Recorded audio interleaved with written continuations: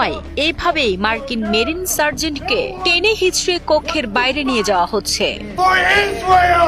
বুধবার arm services sub কমিটির এক গুরুত্বপূর্ণ শুনানি চলাকালে হঠাৎ করেই তিনি সেখানে বাধা দেন এবং ইরানের বিরুদ্ধে যুক্তরাষ্ট্র ইসরায়েল যৌথ সামরিক অভিযানের তীব্র প্রতিবাদ জানাতে শুরু করেন। প্রকাশিত ভিডিও ফুটেজে দেখা যায় ব্রায়ান ম্যাকগিনেস তার গর্বের মেরিন ইউনিফর্ম পরিহিত অবস্থায় শুনানি কক্ষে দাঁড়িয়ে অত্যন্ত ক্ষোভের সাথে চিৎকার করে বলছেন, কেউই ইসরায়েলের হয়ে যুদ্ধ করতে চায় না। তার এই সাহসিকতাপূর্ণ কিন্তু উচ্ছৃঙ্খল আচরণের পরপরই নিরাপত্তায় নিয়োজিত পুলিশ কর্মকর্তারা তাকে দ্রুত কক্ষ থেকে বের করে দেওয়ার জন্য ছুটে আসেন। তাকে যখন টেনে হিচড়ে বাইরে নিয়ে যাওয়া হচ্ছিল তখন এক পর্যায়ে একটি দরজার ফাঁকে তার হাত মারাত্মকভাবে আটকে যায়। প্রত্যক্ষদর্শীরা জানান সেই সময় তার হাতটি মোটকে ভেঙে যাওয়ার ভয়াবহ দৃশ্য দেখা যায় এবং এরপর পুলিশ পাহারায় তাকে করিডোর দিয়ে নিয়ে যাওয়া হয়।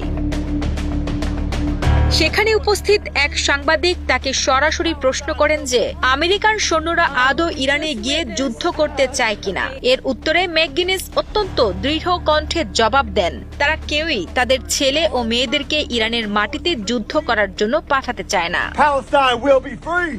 ঘটনাস্থলে উপস্থিত একজন প্রত্যক্ষদর্শী এই ভীতিকর পরিস্থিতির বর্ণনা দিতে গিয়ে বলেন, পুলিশ কর্মকর্তারা তাকে রীতিমতো জোর করে টেনে বের করছিলেন। দরজায় তার হাত আটকে যায় এবং তার হাত ভেঙে ফেলে।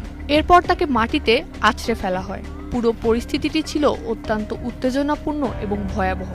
বিভিন্ন সংবাদ মাধ্যমের প্রতিবেদন অনুযায়ী সাবেক এই মেরিন সার্জেন্ট ম্যাকগিনেসের বিরুদ্ধে বর্তমানে বেশ কয়েকটি আইনি অভিযোগ আনা হয়েছে।